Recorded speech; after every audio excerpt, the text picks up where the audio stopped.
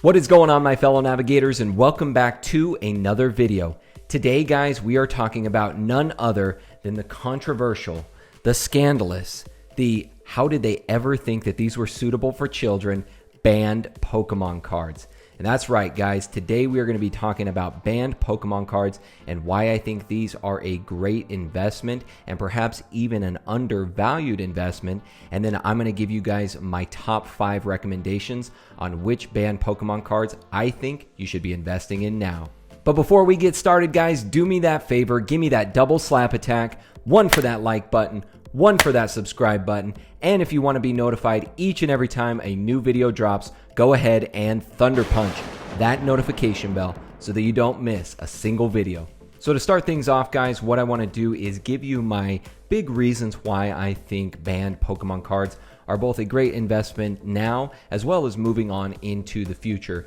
And the first big reason, and I've talked about it before in many other videos, and what I look at when I'm looking at potential investments is exclusivity. So with many of these banned Pokemon cards, they were only released in Japan and they never made their way to the rest of the world because of the fact that they were so controversial or perhaps so scandalous that they didn't make their way into other foreign markets. And anytime that you have a product that is exclusive to one particular area, in this case Japan, I think that definitely lends to its overall long-term value and how it really plays out into the future in being investable. So much like other Japan exclusive products, I think that banned Pokemon cards definitely fit into that category of exclusivity.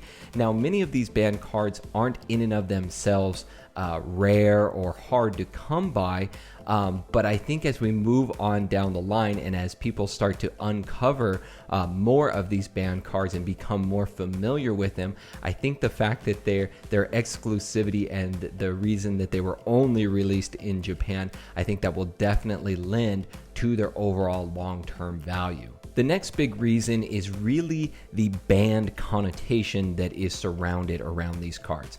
Now, many of you can probably vouch for the fact that if something is off limits or quote unquote banned, in my opinion, that makes it much more desirable for a larger consumer base, in this case, collectors and investors.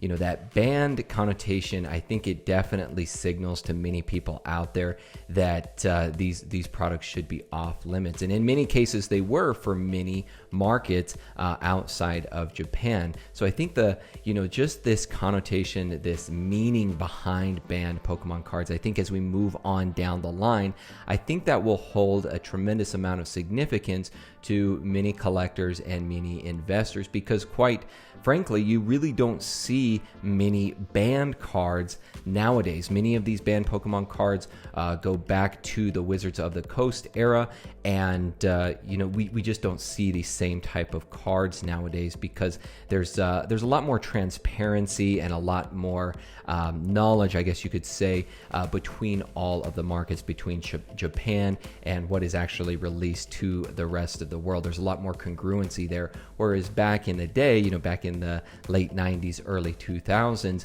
many of these banned cards had already actually been produced in Japan, and it wasn't until a couple years later that they were actually released or were potentially to be released to foreign markets. So we really just don't see the same amount of banned cards nowadays as we did back then, and especially as you guys will see in these top 5 picks, much of the artwork that was so controversial, we just don't see that nowadays. So I think the overall, as I said, connotation and the meaning behind these banned cards definitely lend to their long-term value as we move on into the future. The next big thing that you'll notice with many of these banned cards is they do have low pop reports for many of these, and especially in PSA 10s. Now, I've talked about it before, how it's important that you look at the pop reports on potential cards that you're looking to invest in, and that is no different here with banned cards. Many of the ones that we're going to go over here today have low pop reports, and I think that just lends to the fact that these cards aren't that well known by the wider community. It's more of kind of a niche segment of collectors, investors who are actually looking to garner these type of products. And so you don't see as many of these out on the open market, especially in those PSA 10 conditions. And as you know, with Japanese products especially, the quality is typically much better than what we get in North America or the rest of the world. So even if you're trying to get these cards in their raw form, chances are you have a much better opportunity of that card coming back in a PSA 10 or maybe a PSA 9 than some cards that are released to the rest of the world. So I would say take a look at the pop reports. You'll see out there that, especially the cards that we're going over here today, the populations on many of these cards are quite low. And so I think, again, at least for right now, that definitely lends to its overall value, because as there's less supply on the market, as the demand starts to go up, you will see that price start to increase congruently with that overall demand. And the last reason why I think banned Pokemon cards are really a good investment, especially at this time, is that from a raw to a graded card, the profit margins on many of these are quite good. So if you look out on the open market and you're just looking to get these cards in their ungraded form, many of them are pretty cheap, and especially you can get these in a near mint to even a mint status or projected status in their raw form. And as I said, as long as there isn't any kind of damage that has happened outside of the removal from these cards from their packs, typically Japanese cards are going to be of better quality from the get-go. So, you know, if you're buying these in their raw form and then getting them graded, the profit margins that you can potentially get on these cards are quite good. And in their raw form, they really haven't reached that point yet where they're really pricey even in their raw form. And if you're getting them graded, the profit margins aren't that good as you would see in other type of cards. So I think, again, profit margins right now, if you're buying ungraded and then getting them graded, I think they are quite good. And just one more reason why I think banned Pokemon cards are a good investment at this time. So now that we've gone through the breakdown of why I think banned Pokemon cards are a good investment in the first place, what I want to do now is give you my top 5 investment options on these banned Pokemon cards and which ones I would recommend you invest in at this time. So coming in at the number 5 spot, many of you are probably familiar with this card. Very common card from Team Rocket in the English version, but you may not be as familiar with this card from its Japanese version. And this card is actually known as the Naughty Eyes Grimer, and this was featured in the 1998 Japanese Rocket Gang set. And what makes this card banned in the first place was that you'll notice that it's very similar to the English version. The difference is the way that the Grimer's eyes are facing as he's coming out of the sewer. So you can see as the girl is walking by in the Japanese version, his eyes are actually looking up towards her and are arguably looking up her skirt. So this card was banned in its release outside of Japan, and it was reworked so that the Grimer's eyes were facing forward rather than up. Now, from a population standpoint, the pop on this card is 107 in a PSA 10. And by all accounts, pretty low pop. And that's, as I was saying before, the pops on many of these cards are quite low, especially in that PSA 10. And if you're looking out on the open market, this particular card is going for around $150 in that PSA 10 condition. So as you know, as I said, you can pick up this card pretty cheap in its raw form, and in a PSA 10, if you're able to get it back in that condition, this Naughty Eyes Grimer comes in at $150 in that PSA 10 condition. And coming in at the number 4 spot on this list is Koga's Ninja Trick. Now this card is from the Japanese equivalent of Gym Challenge, and it was released in 1998, and the set was called Challenge from the Darkness. Now, just taking a look at the card here, you can probably tell already why this card was banned in the rest of the world, and it is obviously because of the symbol that is featured in the background. So, as you guys might notice, it is actually a mirror image of what is a Nazi swastika symbol. Now, the image was then reworked in Gym Challenge to feature a different symbol in the back, which is another Eastern religious symbol. But in actuality, the symbol itself is actually a very prominent symbol in Buddhist tradition. So the symbol in and of itself was actually not that controversial in Japan. As many of you might know, Buddhism is one of the more popular religions in that region. But obviously to the rest of the world, it resembled too closely that of a swastika, so it was not released to the rest of the world. Now, if you are looking at the pop report on this, the pops in a PSA 10 is 96 as things currently stand on PSA's website. So a very low pop report for this particular card. And then out on the open market, currently, this card is going for approximately $150, so pretty close to that Naughty Eyes Grimer as well as far as its overall value at this point. But this is a pretty well-known banned card throughout the community. Even if you're not too familiar with banned cards in general, you're probably aware of this Koga's Ninja Trick just because of the notoriety it has gained over the years. As more and more people have opened Japanese products, more people have become familiar with this particular card and obviously the background on it as well. So coming in at our number 4 spot here is that Koga's Ninja Trick. Moving our way to the number 3 spot on this list of my top banned Pokemon cards that I think you guys should be investing in is none other than Sabrina's Gaze. Now, this card also comes to us from that 1998 Challenge from the Darkness, and as I said, that is the Japanese equivalent of our Gym Challenge. Now, taking a look at the card, it may not be totally obvious why this card was banned, but if you look a little closer, the illustrator of this card, when he designed it, it does appear that Sabrina might be giving what we call the bird to whoever's viewing this card. So in later production, it was actually reworked entirely by the illustrator. They were considering that they would, perhaps just kind of redesign the artwork itself, but the author actually decided to just go ahead and create an entirely new artwork that would be released to the rest of the world.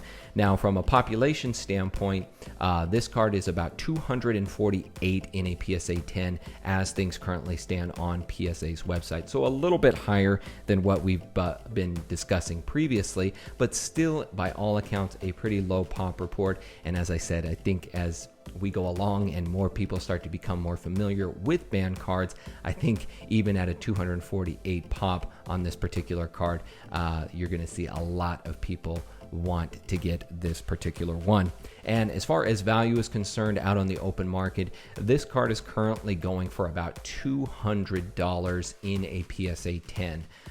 But as I said before, if you're picking up this card in its raw form, pretty cheap, pretty much anywhere that you look. And if you're, so lucky for that to come back in a PSA 10, you're looking at a pretty good profit margin. So again, Sabrina's Gaze going for about $200 out on the open market, and Sabrina comes in at our number 3 spot on this list. Now, the card coming in at our number 2 spot on the banned Pokemon cards that I think you should be invested in, many of you are probably very familiar with its English equivalent known as Moo-Moo milk. And obviously this comes to us from the Neo era as well, but you may not be so familiar with the Japanese version of this card, which obviously was banned. Now, this particular Moo-Moo milk came to us in 1999 from the Japanese set Gold, Silver to a New World. And this is actually the equivalent of Neo Genesis. So this was the start of Generation 2. Now, just taking a look at the card, I'm sure all of you out there can agree it is actually pretty disturbing. You basically have a Sentret that is suckling from the udder of maybe a rubber cow, some kind of simulated cow. Pretty honestly disturbing in my opinion. I don't know what the illustrator was thinking when they were coming up with this card. But nonetheless, this was in fact banned for the rest of the world, and the Moo-Moo milk that we are all familiar with and that came out in Neo Genesis, that is the card that was really produced for the rest of the world.